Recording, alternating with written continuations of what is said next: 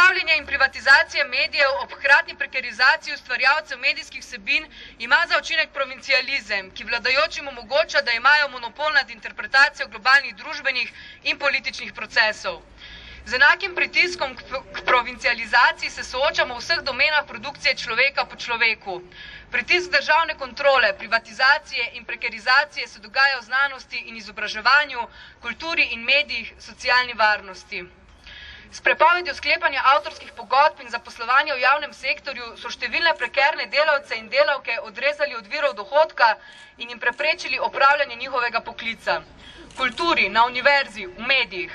Potem, ko so prekarizirali ustvarjalce medijskih vsebin, jih postavili pod kontrolo vladajoče politike in podvrgli ustvarjanje informacij logiki trga ter s tem individualnim, privatnim kapitalističnim interesom, ni čudno, da mediji molčijo o padcu neoliberalnega konsenza in eroziji podpore politikam zategovanja pasov na globalni in evropski ravni.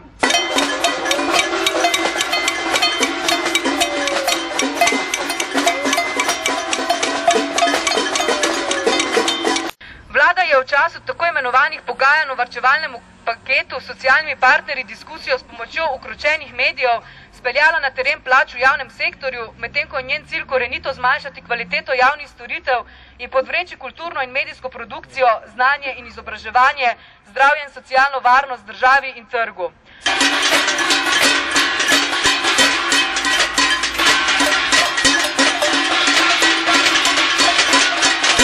Desna vlada za požarnim zidom cenzure in filtriranja informacij izvaja revanšističen projekt retradicionalizacije tukajšnje družbe.